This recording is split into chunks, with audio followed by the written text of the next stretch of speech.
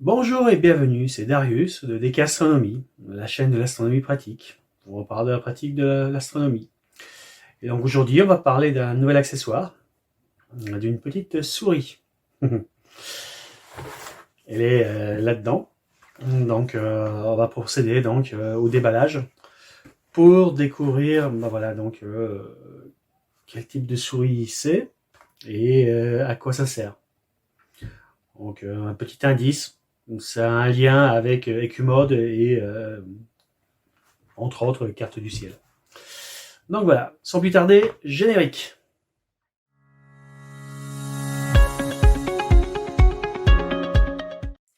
Donc c'est parti.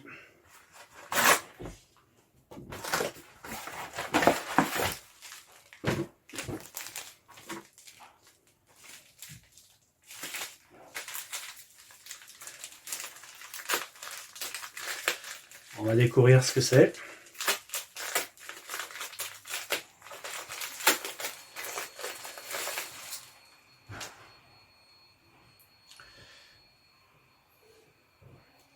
Donc voilà la petite Gmouse. Donc avant d'entrer dans le détail du sujet, comment utiliser cette souris qui se branche en USB, on va faire un petit peu d'histoire. Donc que ce soit chez Skywatcher, Orion ou Celestron, donc on a ce genre de type de raquette. Et pour ce type de raquette, on trouve des souris GPS. Donc ça, c'est des souris GPS qui coûtent assez cher. Ça coûte dans les 140 euros.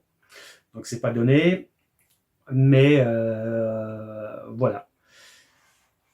Ce qu'il faut savoir, c'est que quand on allume la raquette, la première chose à faire, c'est de lui donner sa position exacte et l'heure exacte pour que le système GoTo puisse trouver, voilà, trouver les objets dans le ciel. Et donc entrer tous ces paramètres à la main, c'est fastidieux. Voilà. Donc déjà, si on achète une souris GPS qui va bien pour les raquettes SynScan, on simplifie grandement la vie, puisqu'en fait, on n'a plus qu'à la brancher, et dès qu'elle a trouvé les satellites, c'est elle qui va renseigner les coordonnées dans la raquette, et on aura une bien meilleure précision que ce qu'on peut saisir à la main. Et en plus, dedans, on a non seulement les coordonnées GPS, mais en plus l'altitude. Et l'altitude, elle joue aussi sur la précision du GoTo. Donc voilà comment on est censé faire à la base quand on utilise des raquettes de commande GoTo. Alors moi, je n'utilise plus ce genre de raquettes pour piloter les montures. Donc du coup, j'étais passé à l'autre alternative, à savoir une carte Wi-Fi SynScan, qui elle se branche à la place de la raquette sur la monture. L'application SynScan Pro récupère la position GPS depuis le téléphone. Puisque aujourd'hui, tous les smartphones ont une puce GPS pour faire de la navigation. Donc du coup, si on a ça côté monture et ça dans la main, on n'a pas besoin de raquette, de souris GPS. Alors la grande question, c'est du coup, pourquoi dépenser encore de l'argent pour acheter ce petit gadget? Déjà, voilà, ça, si on l'achète directement en Chine et si on attend un mois, on peut l'avoir pour 5 euros. En l'achetant sur le célèbre site qui commence par A et qui se termine par Z, on peut l'avoir pour 15 euros. Donc voilà, c'est pas une grosse dépense. Et l'avantage de cette souris, c'est que il y a des gens qui ont la chance d'habiter à la campagne et de faire de l'astronomie depuis chez eux. Malheureusement, je n'ai pas cette chance-là. J'habite au plein centre-ville de Vénissieux, dans l'agglomération lyonnaise, la ville lumière. Donc j'ai un magnifique ciel dans lequel, s'il n'y a pas la Lune, j'arrive à voir 50 étoiles. Et avec la Lune, ou quand l'air est humide, ça peut très bien tomber à 30 étoiles, voire moins. Donc en fait, un ciel qui est quand même très pollué euh, en termes de pollution lumineuse. Et donc, pour faire de l'astrophoto, alors bien sûr, on peut en faire en s'acharnant, notamment grâce aux techniques du SHO. Mais la plupart du temps, voilà, de temps en temps, quand je peux, voilà, j'aime bien aller dans le Pilat ou enfin, dans le massif du Pilat, le parc naturel du Pilat qui est voilà, à 20-30 km de chez moi, soit à une trentaine de kilomètres au sud de Lyon, pour faire de l'astronomie dans la nature. Et donc là, si on veut que le GoTo pointe bien, enfin se repère facilement dans le ciel, on doit donc lui fournir les bonnes coordonnées. Alors là encore, on peut enfin, récupérer les données GPS depuis le téléphone avec différentes applications et les renseigner dans le logiciel. Mais voilà, donc à chaque fois qu'on change de lieu, faut donc à chaque fois renseigner donc les nouvelles coordonnées et ainsi de suite. Donc voilà, donc les 2-3 lieux où je vais autour de chez moi et puis chez moi, donc ils sont déjà renseignés dans l'ordinateur.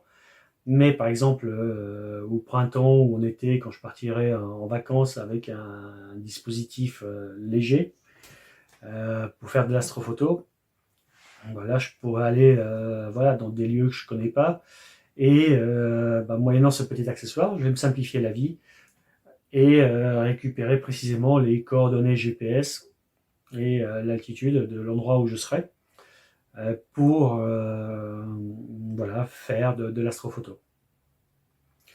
Alors, c'est utile évidemment que lors de la première recherche d'étoiles.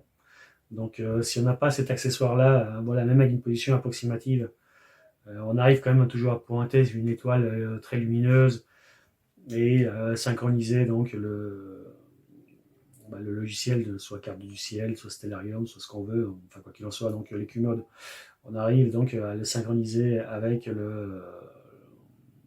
l'astre qui sert d'étalonnage au GoTo, et après ça se fait bien.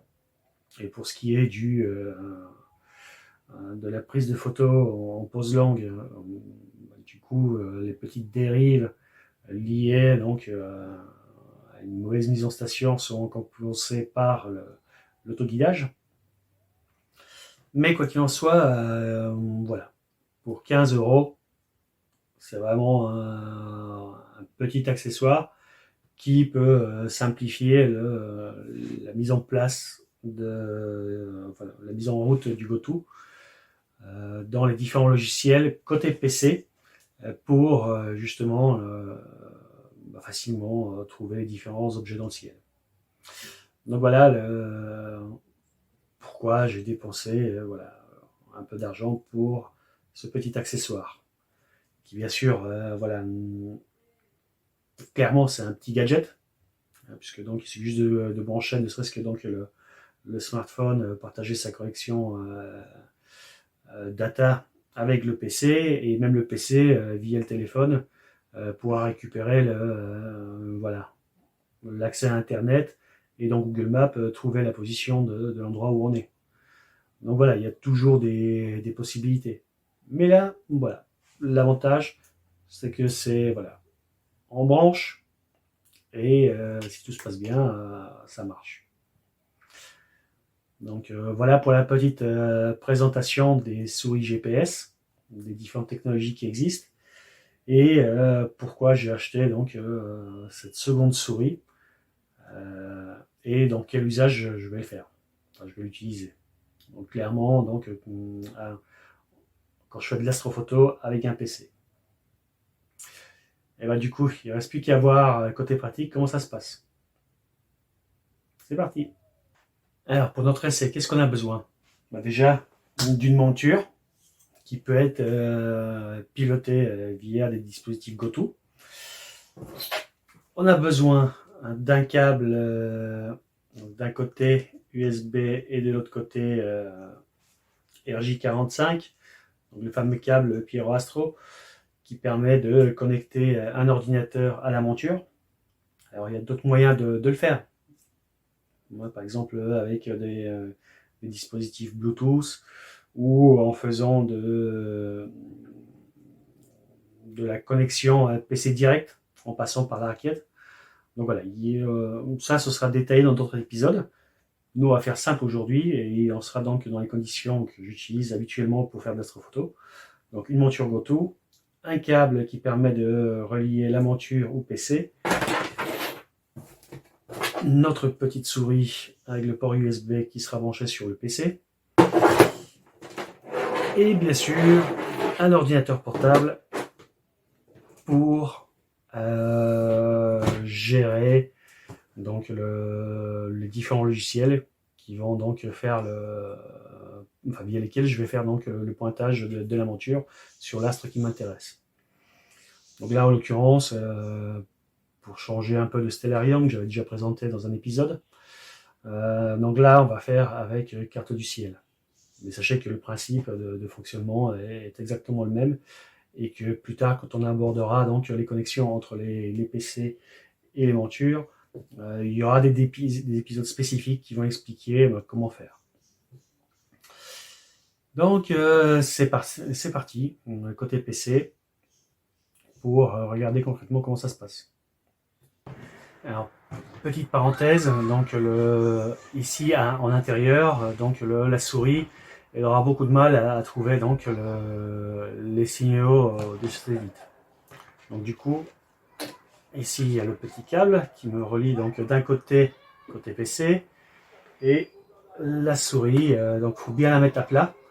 Et donc je l'ai mis sur le rebord de la fenêtre pour que voilà, elle puisse capter les satellites et du coup fournir les informations donc de coordonnées et d'heures au logiciel EcuMode.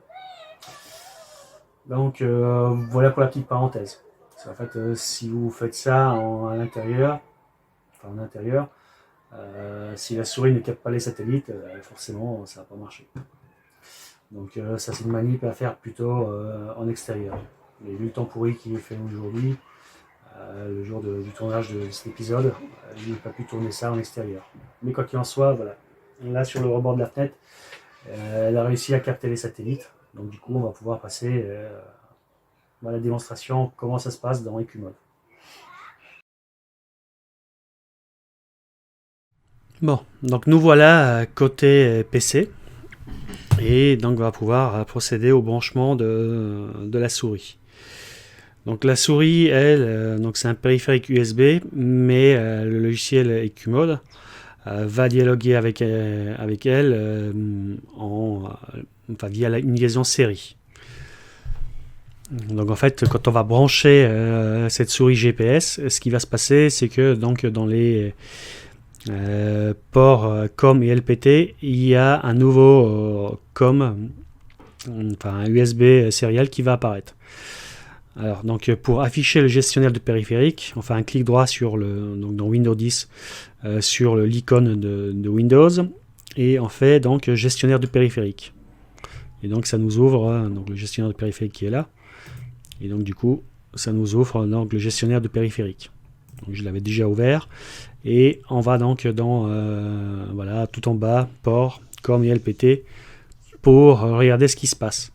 Donc là voilà, j'ai déjà deux périphériques série qui sont utilisés pour le Bluetooth, donc le port 4 et le port 5, et j'ai un USB serial port COM3. Donc ça c'est mon câble EcuMode qui relie le PC à la monture. Donc là la monture est alimentée, elle est reliée par mon câble EcuMode en USB à l'ordinateur, et donc là je branche la souris USB.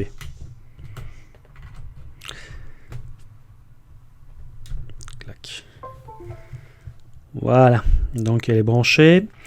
Et donc si on regarde ici, on a donc périphérique série USB COM 9. Donc il est sur le port 9. Donc là on peut double-cliquer et on s'aperçoit, bah voilà, ce périphérique fonctionne correctement. Alors là, c'est pas la première fois que je le branche, mais la deuxième fois. Donc la première fois, en fait, il a installé le pilote. Donc quand on le fait, à faire une première fois à la maison pour qu'il puisse télécharger les pilotes qui vont bien. Et après, ça se débrouille tout seul. Donc voilà, donc pour la première installation, voilà, je pense qu'il faut avoir un accès à Internet. Et après, ça marche tout seul. Donc notre souris GPS est reconnue sur le port 9. Donc maintenant, on lance carte du ciel. Donc ma carte du ciel est lancée. On va dans télescope et connecter au télescope. Donc on a l'interface de gestion du télescope. Alors mon télescope, c'est pas la première fois que je me connecte, donc voilà, il est déjà configuré.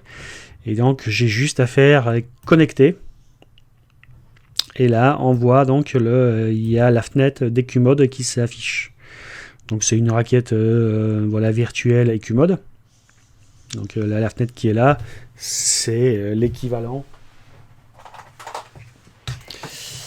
de ça, mais en version informatique. Donc on peut sélectionner les différentes vitesses de déplacement. Donc on a donc ici les paramètres de la raquette. Donc nord, ouest, est, sud.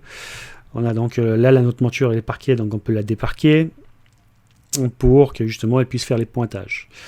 Et si on regarde ici, on a une petite clé avec les 3 petites flèches rouges. Donc c'est ça qui va nous intéresser, puisque là on a donc les configurations avancées de l'EcuMode. Alors bien sûr, ce tutoriel n'est pas sur le fonctionnement ni de carte du ciel, ni sur l'EcuMode, mais comment récupérer les coordonnées GPS. Donc ici on a lieu d'observation. Et donc voilà, on a une liste déroulante avec mes différents lieux d'observation qui sont déjà prédéfinis. Et donc là, l'idée c'est donc d'ajouter un nouvel lieu qui correspond à l'endroit où je me trouve. Donc ici on voit un petit radar et c'est écrit à côté GPS. Donc nous, c'est ça qui nous intéresse. On va cliquer dessus. Ça ouvre réglage GPS. Donc configuration GPS, blablabla. Donc ils disent de connecter le GPS et sélectionner le port COM, puis cliquer sur récupérer les coordonnées du temps. Donc là, par défaut, la fenêtre elle s'affiche sur le COM2. Et nous, on a vu donc ici dans le gestionnaire de périphérique que le COM2 était utilisé. Il n'est même pas utilisé. Donc la première chose qu'on va faire, c'est de mettre le COM9, puisqu'on avait vu que notre périphérique, qui correspond à la souris GPS, était sur le port 9. Et donc là, on n'a plus qu'à récupérer coordonnées et temps. Donc on clique. Alors comme la souris est déjà sur le rebord de la fenêtre depuis quelques temps, du coup elle a capté les satellites. Et donc on a ce tableau s'est rempli avec toutes les informations qui nous intéressent en un éclair. Évidemment, si la souris n'était pas, si on venait tout juste de brancher la souris à l'ordinateur, il lui faut un certain temps pour acquérir les coordonnées GPS. Ça se fait pas comme ça en 2 secondes. Donc voilà, mais bon, le fait que la souris était déjà en place nous a permis d'avoir toutes les informations, donc la latitude, la longitude, la élévation, donc ça correspond en fait à l'altitude de l'endroit où on en est. Donc là je suis à 202 mètres à peu près. Et après, donc il a bien détecté qu'on était dans l'hémisphère nord. Et il a récupéré le temps GPS qui va bien. Donc on voit d'ailleurs qu'il y a 2 petites secondes d'écart, donc le delta temps, entre le temps vu par la souris GPS et le temps satellite et l'heure de mon PC. Donc mon PC est désynchronisé de 2 secondes par rapport au GPS. Bon, c'est une parenthèse. Quoi qu'il en soit, voilà. Donc on a juste fait, donc on a choisi le bon port. On a récupéré les coordonnées et maintenant on n'a plus qu'à faire accepter. Donc là, si on regarde, donc en altitude, en élévation, donc là on est à un peu moins de 200 mètres ou environ 200 mètres. Donc on fait accepter. Et on voit que donc ce tableau, qui s'appelle vide 9, voilà, il a récupéré donc l'élévation voilà, qui fluctue un petit peu. Donc là on est à 200,4 mètres. Et on a donc les coordonnées de l'endroit où je me trouve. Alors, ces coordonnées, donc soit on les enregistre, soit on les enregistre pas. Ici, je vais mettre un nom. Test DK. Et on va les enregistrer. Comme ça, ici, dans ma liste, à la position 9, j'ai DK Home. Bon, d'ailleurs, c'est trié par... oui, c'est bien par position. Là, si je regarde, 1, donc 1, 2, 3, 4, 5, 6, 7. Ouais, donc moi, je ne sais pas comment il est tri, mais quoi qu'il en soit, mon test DK, voilà, il figure dans la liste, mais dorénavant. Et, chose importante, là, donc ces données sont toujours côté PC. Et ce qu'il faut, c'est que ces données atterrissent dans la monture. Donc c'est là qu'on va appuyer sur le bouton valider. Et donc en faisant valider, ça envoie les paramètres détectés, voilà, depuis, enfin saisis ou détectés depuis le PC. Donc là, en l'occurrence, ils ont été détectés par la souris GPS. Et donc ça a été envoyé dans la monture. Donc là, je peux réduire ça pour retrouver notre requête toute simple. Je clique sur Unpark. Donc là, voilà l'endroit où pointe la monture. Alors, sur la carte du ciel, donc si on regarde,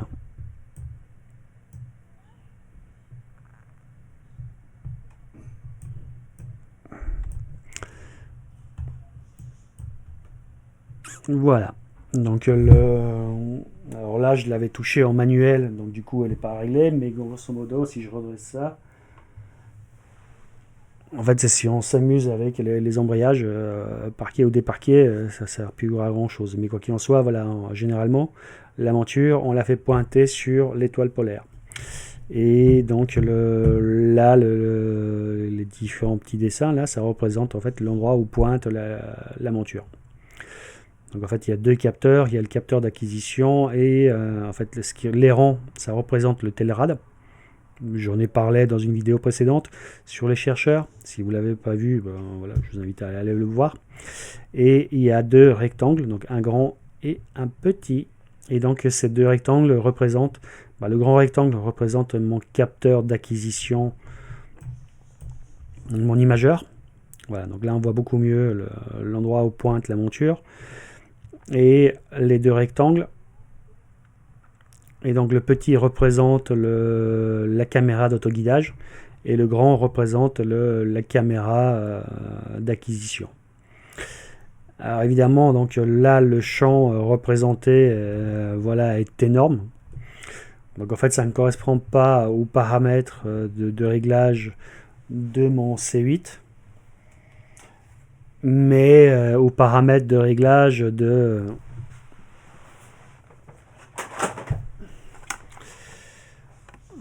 ce petit objectif photo sur lequel, voilà, ici, je mets ma caméra imageuse.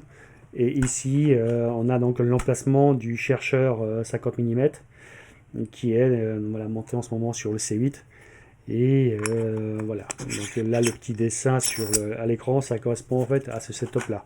Mais bon, c'est juste la taille des rectangles qui change en fonction de la focale, de l'instrument imageur et de l'instrument qui va faire l'autoguidage.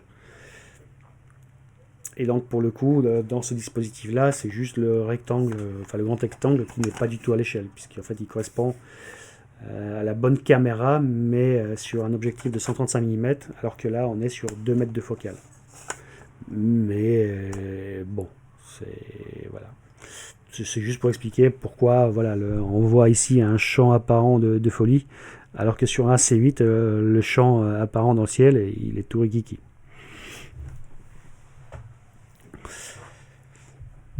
Donc voilà. Et voilà, alors je peux. Voilà, donc je sélectionne une étoile ou un objet. Et donc sur télescope, go to.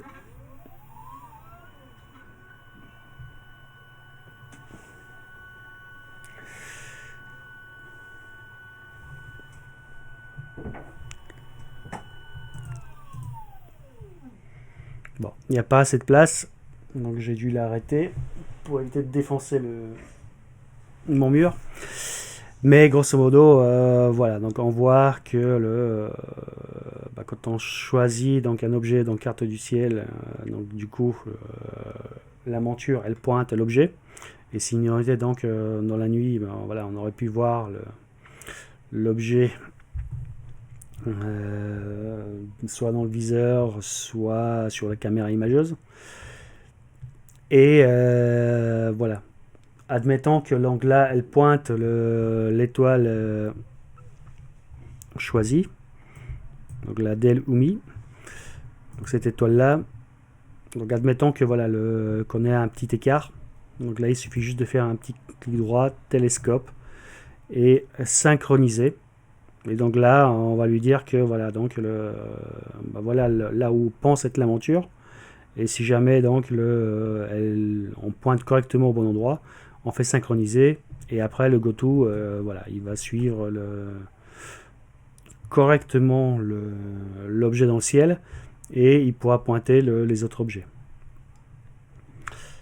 Alors, je vais changer la vitesse.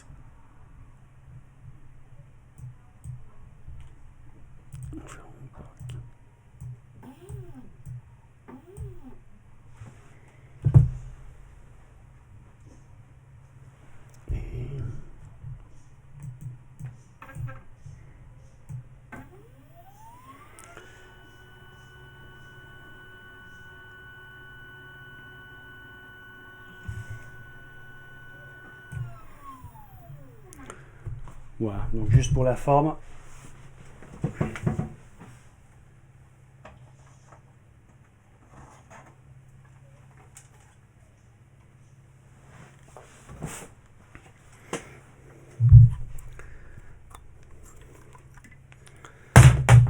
Donc là, maintenant que j'ai enlevé les chercheurs, ça devrait passer.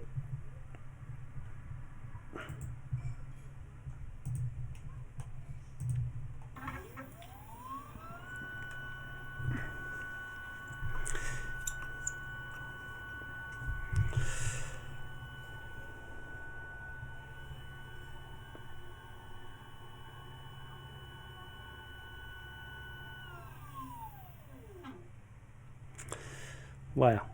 Et donc supposons que bon, voilà, donc ça c'est le petit rectangle.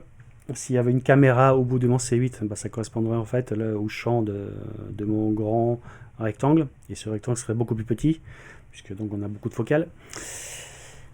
Et ici, donc on peut jouer un petit peu sur le réajuster pour centrer l'objet dans le champ de la caméra.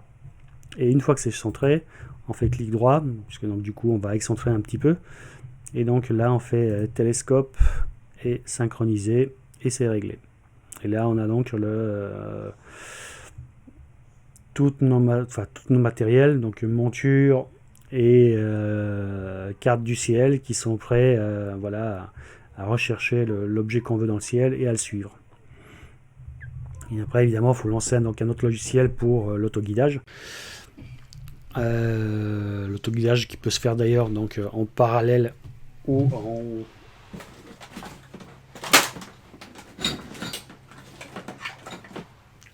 encore mieux hors axe. Donc ça c'est différentes techniques d'autoguidage, on en reparlera le moment venu, mais quoi qu'il en soit là on est presque prêt pour faire de l'imagerie du ciel profond. pas profond ou pas profond. Et voilà. Alors bien sûr, la toute première étape, c'est de mettre correctement en station la monture.